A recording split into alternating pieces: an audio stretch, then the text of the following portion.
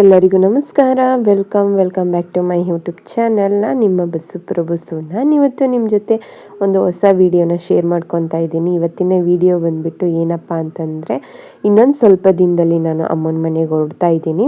So husband ಮನೆಯಿಂದ ಅಮ್ಮನ ಮನೆಗೆ ಹೊರಡ್ತಾ ಇದ್ದೀನಿ. ಸೊ ಇನ್ನೊಂದು 1 ಇಯರ್ ವಾಪಸ್ ಬರಲ್ಲ ಅಂತಲೇ ಹೇಳ್ಬೋದು. ಸೊ ಹಾಗಾಗಿ ಕೆಲವೊಂದಿಷ್ಟು ಐಟಮ್ಸ್ಗಳನ್ನ ಯೂಸ್ ಮಾಡದೆ ಕೆಳಗಡೆನೇ ಇಟ್ಕೊಂಡ್ಬಿಟ್ಟಿದ್ದೆ. ಈ ಟೈಲರಿಂಗ್ ಮಿಷಿನ್ದಾಗಿರ್ಬೋದು ಅಥವಾ ಬೇರೆ ಎಕ್ಸ್ಟ್ರಾ ಥಿಂಗ್ಸ್ ಆಗಿರ್ಬೋದು, ಅದನ್ನೆಲ್ಲ ಎತ್ತಿಟ್ಬಿಡೋಣ ಅಂತಂದ್ಬಿಟ್ಟು ಅರೇಂಜ್ ಮಾಡ್ಕೊತಾ ಇದ್ದೀನಿ. ಇನ್ನೊಂದು ಸ್ವಲ್ಪ ದಿನ ಇರೋದ್ರಿಂದ ಆದಷ್ಟು ಸ್ವಲ್ಪ ಎಲ್ಲ ಕ್ಲೀನ್ ಮಾಡ್ಕೊಳ್ಳೋಣ, ಅಂದರೆ ಬೇಕಾಗಿರೋ ವಸ್ತುಗಳನ್ನ ಇಟ್ಕೊಳ್ಳೋಣ, ಬೇಡದೇ ಇರೋದನ್ನೆಲ್ಲ ಕ್ಲೀನ್ ಮಾಡಿ ಎಲ್ಲನೂ ನೀಟಾಗಿ ಅರೇಂಜ್ ಮಾಡ್ಕೊಳ್ಳೋಣ, ಮತ್ತು ನನಗೆ ಯಾವ ವಸ್ತುಗಳು ಬೇಕೋ ಅದನ್ನೆಲ್ಲ ವಾಪಸ್ ಕೊಟ್ಟು ಕಳ್ಸೋಣ ಅಂತಂದ್ಬಿಟ್ಟು ಎಲ್ಲನೂ ಪ್ಯಾಕ್ ಮಾಡಿ ರೆಡಿ ಮಾಡ್ತಾಯಿದ್ದೆ. ಅಂದರೆ ಕೆಲವೊಂದಿಷ್ಟು ಬಟ್ಟೆಗಳೆಲ್ಲ ಬೇಕಾಗುತ್ತೆ ಅಲ್ವಾ, ಅದಾಗಿರ್ಬೋದು, ಕೆಲವೊಂದಿಷ್ಟು ನನ್ನ ಥಿಂಗ್ಸ್ ಆಗಿರ್ಬೋದು, ಅದನ್ನೆಲ್ಲ ಪ್ಯಾಕ್ ಮಾಡಿ ಕೊಟ್ಟು ಕಳಿಸ್ಬಿಡೋಣ ಫಸ್ಟೇನೆ ಅಂತ ಅಂದ್ಬಿಟ್ಟು ಎಲ್ಲನೂ ಕೂಡ ನೀಟಾಗಿ ಅರೇಂಜ್ ಮಾಡಿ ಎಲ್ಲನೂ ಎತ್ತಿಡ್ತಾ ಇದ್ದೀನಿ. ನಾನು ರೂಮ್ನು ಕೂಡ ಎಲ್ಲನೂ ಕ್ಲೀನ್ ಮಾಡಿ ಎತ್ತಿಟ್ಬಿಟ್ಟೆ. ಮತ್ತು ನಾನು ನೆಕ್ಸ್ಟ್ ಬರೋ ಅಷ್ಟರಲ್ಲಿ ಸ್ವಲ್ಪ ಗಲೀಜಾಗೆ ಆಗಿರುತ್ತೆ ಅಲ್ವಾ, ಏನೂ ಮಾಡೋಕ್ಕಾಗಲ್ಲ. ಸೊ ಹಾಗಾಗಿ ಎಷ್ಟು ವಸ್ತುಗಳು ಬೇಕೋ ಅದನ್ನೆಲ್ಲ ಕೆಳಗಡೆ ಇಟ್ಟು, ಬೇಡದೇ ಇರೋದೆಲ್ಲ ಮೇಲ್ಗಡೆ ಎತ್ತಿಟ್ಟು ನೀಟಾಗಿ, ಹಾಗೆಯೇ ನನ್ನ ಬಟ್ಟೆಗಳು ಅಷ್ಟೇ ಬೇಕಾಗಿರೋ ಅಷ್ಟು ಬಟ್ಟೆಗಳೆಲ್ಲ ತೊಗೊಂಡು, ಸ್ಯಾರೀಸ್ಗಳಾಗಿರ್ಬೋದು ಪ್ರತಿಯೊಂದನ್ನು ಕೂಡ ನೀಟಾಗಿ ಅರೇಂಜ್ ಮಾಡಿ ಎಲ್ಲನೂ ನೀಟಾಗಿ ಜೋಡಿಸಿ ಪ್ರತಿಯೊಂದನ್ನು ಕೂಡ ಎತ್ತಿಡ್ತಾ ಇದ್ದೀನಿ. ಸೊ ಅದರದ್ದು ಎಲ್ಲ ಕ್ಲಿಪ್ಪಿಂಗ್ನ ತಗೊಂಡಿದ್ದೆ. ಅಂದರೆ ಇನ್ನೂ ತುಂಬ ದಿನಗಳಿತ್ತು, ಬಟ್ ಅದು ಸ್ವಲ್ಪ ಫ್ರೀಯಾಗಿದ್ದೆ ಅಲ್ವಾ, ಫ್ರೀಯಾಗಿ ಇರಬೇಕಾದ್ರೇ ಕೆಲವೊಂದಿಷ್ಟು ಕೆಲಸಗಳನ್ನ ಮಾಡ್ಕೊಳ್ಳೋದಾ ಅಂತಂದ್ಬಿಟ್ಟು ಹಂಗೆ ಕೆಲಸಗಳನ್ನು ಕೂಡ ಮಾಡ್ಕೊತಾ ಇದ್ದೀನಿ. ಮತ್ತು ಮನೆ ಕೆಲಸನೂ ಆಗಿರ್ಬೋದು, ಅದನ್ನು ಸಣ್ಣ ಪುಟ್ಟ ಕೆಲಸನೂ ಕೂಡ ಮಾಡ್ಕೊತಾ ಇದ್ದೀನಿ. ಇವಾಗ ಏನು ಅಷ್ಟೊಂದು ಆಗೋದೇ ಇಲ್ಲ ಅನ್ನೋ ಥರ ಏನಿಲ್ಲ ಅಲ್ವಾ, ಆರಾಮಾಗಿದ್ದೀನಿ ಈ ಮಂತಲ್ಲಿ ಅಂತಲೇ ಹೇಳ್ಬೋದು. ಇವಾಗ 6th ಮಂತಲ್ಲಿ ಎಲ್ಲೋ ಹೊರಡೋದು. ಸೊ ಹಾಗಾಗಿ 5 to 6 ಮಂತಲ್ಲೇನೋ ಅಷ್ಟೊಂದೇನು ವಾಮಿಟ್ ಆಗೋದು ಅಥವಾ ಬೇರೆ ಏನೂ ಪ್ರಾಬ್ಲಮ್ ಇಲ್ಲದೆ ಇರೋದ್ರಿಂದ ಎಷ್ಟು ಆ್ಯಕ್ಟಿವ್ ಆಗಿರ್ತೀವಿ ಅಷ್ಟು ಒಳ್ಳೆಯದು ಅಂತಲೂ ಹೌದು, ಅದು ನಿಜ ಅಲ್ವಾ. ಸೊ ಹಾಗಾಗಿ ಅಷ್ಟೊಂದು ಏನಿಲ್ಲ ಅಂದ್ರೂ ಕೂಡ ನನ್ನ ಕೈಲಾಗುವಷ್ಟು ಕೆಲಸಗಳನ್ನ ನಾನು ಕೂಡ ಮಾಡ್ತಾಯಿದ್ದೀನಿ ಮನೇಲಿ ಅಂತಲೇ ಹೇಳ್ಬೋದು. ಸೊ ಸಾಧ್ಯವಾದಷ್ಟು ಮಾಡ್ಕೊತಾ ಇದ್ದೀನಿ. ಸೊ ಜಾಸ್ತಿ ಬಗ್ಗೋದಾಗಿರ್ಬೋದು ಆ ರೀತಿ ಎಲ್ಲ ರಿಸ್ಕ್ ತಗೊಂಡು ಮಾಡ್ತಾ ಇಲ್ಲ. ಸಾಧ್ಯವಾದಷ್ಟು ಕೆಲಸಗಳನ್ನ ಇವಾಗ ನೀಟಾಗಿ ಕಸ ಎಲ್ಲ ತೊಗೊಳ್ಳೋದು, ಮನೆ ಅರೇಂಜ್ ಮಾಡೋದು, ಒಂದು ಟೈಮ್ ತಿಂಡಿ ಮಾಡೋದು ಅಥವಾ ಅಡುಗೆ ಮಾಡೋದು, ಇಲ್ಲ ನೈಟ್ ಅಡುಗೆ ಮಾಡೋದು, ಸೊ ಈ ರೀತಿನ ಮಾಡ್ಕೊತಾ ಇದ್ದೀನಿ. ಸೊ ಇನ್ನು ಬೇರೆ ಕೆಲಸ ಎಲ್ಲನೂ ಕೂಡ ನಮ್ಮತ್ತೆ ಮಾಡ್ಕೊತಾ ಇರ್ತಾರೆ. ಅಂದರೆ ಪಾತ್ರೆ ತೊಳೆಯೋದಾಗಿರ್ಬೋದು, ಬೇರೆದು ನನ್ನ ಕೈಲಿ ಆಗದೇ ಇರೋ ಕೆಲಸಗಳನ್ನೆಲ್ಲ ಅವ್ರು ಮಾಡ್ಕೊತಾ ಇರ್ತಾರೆ. ನನ್ನ ಕೈಲಿ ಎಷ್ಟಾಗುತ್ತೆ ಅಷ್ಟನ್ನು ನಾನು ಮಾಡ್ತಿರ್ತೀನಿ. ಸೊ ಹಸ್ಬೆಂಡ್ ಕೂಡ ಎಲ್ಪ್ ಮಾಡ್ತಾ ಇರ್ತಾರೆ. ಒಂಥರ ಸಿಕ್ಕಾಪಟ್ಟೆ ಚೆನ್ನಾಗಿದೆ ಪ್ರೆಗ್ನೆನ್ಸಿ ಜರ್ನಿ. ಅಷ್ಟೊಂದೇನು ರಿಸ್ಕ್ ಅನ್ನೋ ಥರ ಅಥವಾ ಕೆಲಸ ಅನ್ನೋ ಥರ ಏನಿಲ್ಲ. ಆರಾಮಾಗಿ ನಾನು ಮಾಡ್ಕೊಂಡು ಹೋಗ್ಬೋದು ಅಂತಲೇ ಹೇಳ್ತೀನಿ. ಆರಾಮಾಗಿ ಮಾಡ್ಕೊಂಡು ಹೋಗ್ತಾನೂ ಇದ್ದೀನಿ ಅಂತಲೂ ಕೂಡ ಹೇಳ್ತೀನಿ. ತುಂಬ ಚೆನ್ನಾಗಿ ಎಂಜಾಯ್ ಮಾಡಿಕೊಂಡು ಕೆಲಸನೂ ಕೂಡ ಮಾಡಿಕೊಂಡು ಆರಾಮಾಗಿದ್ದೀನಿ. ಸೊ 6th ಮಂತಲ್ಲಿ ಕಳಿಸ್ತಾರೆ, ಅಂದರೆ ಹಸ್ಬೆಂಡ್ ಮನೆಯಿಂದ ಅಪ್ಪನ ಮನೆಗೆ, ತಾಯಿ ಮನೆಗೆ ಅಂತಲೇ ಹೇಳ್ಬೋದು. ಸೊ ಒಬ್ಬೊಬ್ಬರು 9 ಮಂತಲ್ಲಾಗಿರ್ಬೋದು ಅಥವಾ 5 ಮಂತು 7 ಮಂತು, ಸೊ ಈ ರೀತಿಯೂ ಕೂಡ ಇರ್ತಾರೆ. ಅವ್ರವ್ರ ಮನೆಯಲ್ಲಿ ಯಾವ ರೀತಿ ಕಳಿಸ್ತಾರೆ ನೋಡಿ, ಆ ರೀತಿ ಹೋಗ್ತಾರೆ ಅಂತಲೇ ಹೇಳ್ಬೋದು. ಸೊ ಮನೆಯೂ ಕೂಡ ಇವಾಗ ನೀಟಾಗಿ ಎಲ್ಲ ಕಸ ಎಲ್ಲ ತೆಗೆದಿದ್ದಾದಮೇಲೆ ನಾನು ಕೂಡ ಸ್ವಲ್ಪ ಎಣ್ಣೆ ಎಲ್ಲ ಹಾಕಿ ಮಸಾಜ್ ಮಾಡ್ಕೊತಾ ಇದ್ದೀನಿ. ಮತ್ತು ಅಮ್ಮನೂ ಕೂಡ ಬರ್ತೀನಿ ಅಂತ ಹೇಳಿದರು ಇವತ್ತು. ಸೊ ಮನೆಗೆ ಏನಕ್ಕಪ್ಪ ಅಂತಂದರೆ ಮಾಡಿಕೋಸಸ್ತ್ರ ಎಲ್ಲ ಇರುತ್ತೆ ಅಲ್ವಾ.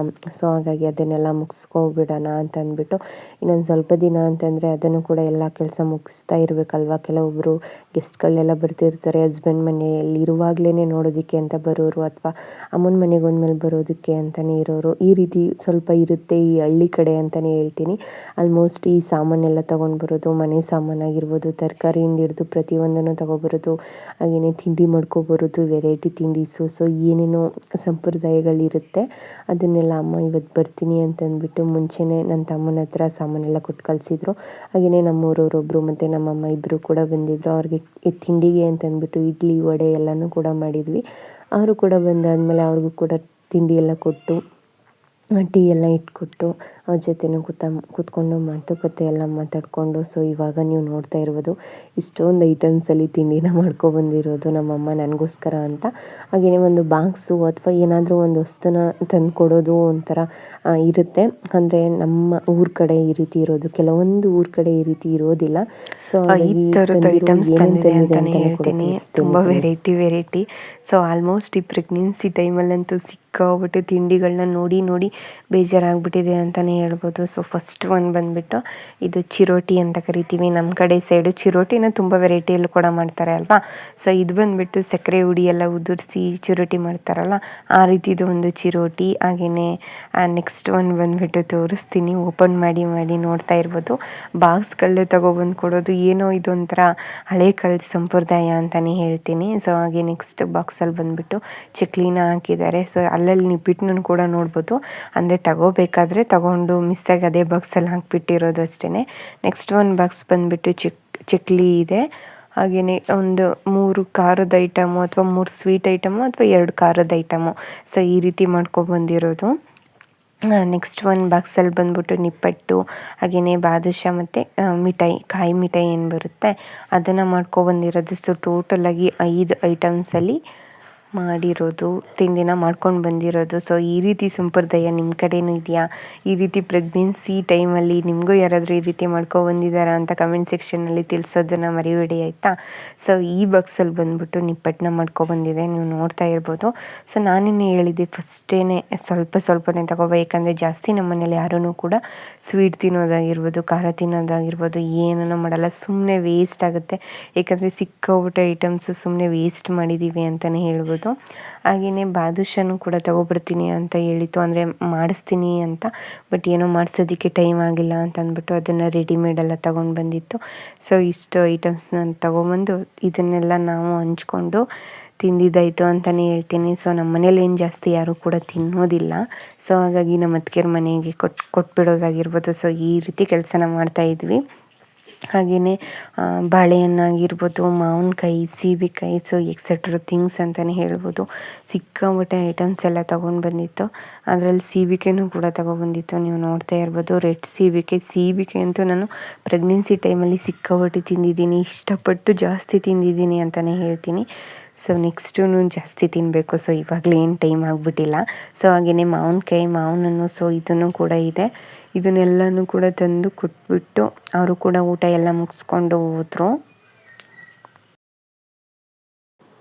ಸೊ ಮಾಡಿಕ ಶಾಸ್ತ್ರ ಅಂತ ಇರುತ್ತೆ ಅಲ್ವಾ. ಸೊ ಇನ್ನೊಂದು ಸ್ವಲ್ಪ ದಿನದಲ್ಲಿ ನಾನು ಕೂಡ ಅಮ್ಮನ ಮನೆಗೆ ಹೋಗ್ತೀನಿ. 6 ಮಂತ್ ಕಂಪ್ಲೀಟ್ ಆಗೋಕ್ಕಿಂತ ಮುಂಚೆನೇ ನಾನು ಹಸ್ಬೆಂಡ್ ಮನೆಯಿಂದ ಆ ತಾಯಿ ಮನೆಗೆ ಹೋಗಬೇಕು. ಸೊ ಹಾಗಾಗಿ ಅಮ್ಮನೂ ಕೂಡ ಬಂದು ಅವಾಗವಾಗ ಬರ್ತಾ ಇದ್ರು. ಬಟ್ ಇದು ಶಾಸ್ತ್ರ ಏನಿದೆ ನೋಡಿ ಅದನ್ನು ಕಂಪ್ಲೀಟ್ ಮಾಡಬೇಕು ಅಂತ ಅಂದ್ಬಿಟ್ಟು 5 ಥರದ ತಿಂಡಿ ಎಲ್ಲ ಮಾಡಿಕೊಂಡು, ಆಮೇಲೆ ಕೈಯಲ್ಲಿ ಅಮೌಂಟ್ ಎಲ್ಲ ಕೊಟ್ಟು, ಮತ್ತು ಒಂದು ಬಾಕ್ಸ್ ಕೂಡ ತಗೊಂಡು ಬಂದು, ಸೊ ಇಷ್ಟನ್ನೆಲ್ಲ ಕೊಟ್ಬಿಟ್ಟು ಅವರು ಕೂಡ ಅಡುಗೆ ಎಲ್ಲ ಮಾಡಿಕ್ಕಿ ಅವರು ಕೂಡ ಶಾಸ್ತ್ರ ಎಲ್ಲ ಮುಗಿಸ್ಕೊಂಡು ಅವರು ಕೂಡ ಊಟ ಎಲ್ಲ ಮುಗಿಸ್ಕೊಂಡು ಹೋದ್ರು ಅಂತಲೇ ಹೇಳ್ತೀನಿ. ಒಂಥರ ಡಿಫ್ರೆಂಟಾಗಿತ್ತು ಅಂತಲೇ ಹೇಳ್ಬೋದು.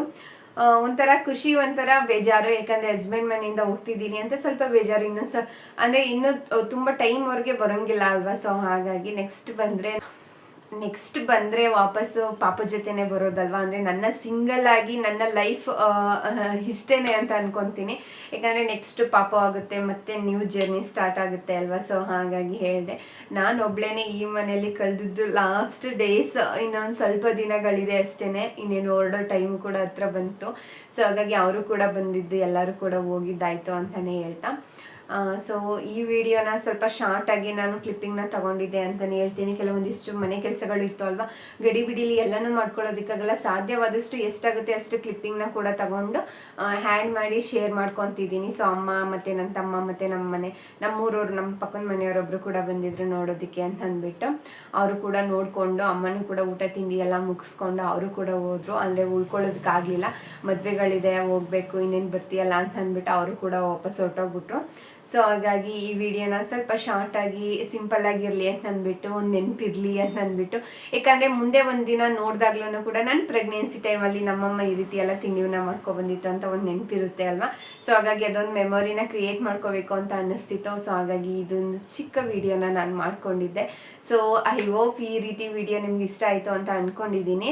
ನಿಮ್ಮ ಕಡೆಯೂ ಇದೇ ರೀತಿ ಶಾಸ್ತ್ರ ಎಲ್ಲ ಮಾಡ್ತಾರಾ, ಈ ರೀತಿ ಎಲ್ಲ ಫಂಕ್ಷನ್ ಮಾಡ್ತಾರಾ ಅಂತ ಕಮೆಂಟಲ್ಲಿ ತಿಳಿಸೋದನ್ನು ಮರಿಬೇಡಿ, ಓಕೆನಾ. ಹಾಗೆಯೇ ನನ್ನ ಚಾನಲ್ನ ಯಾರೆಲ್ಲ ಹೊಸದಾಗಿ ನೋಡ್ತಿದ್ದೀರಾ ದಯವಿಟ್ಟು ಸಬ್ಸ್ಕ್ರೈಬ್ ಮಾಡಿಕೊಂಡು ನನ್ನ ಚಾನಲ್ನ ನೋಡಿ ಅಂತ ಹೇಳ್ತಾ.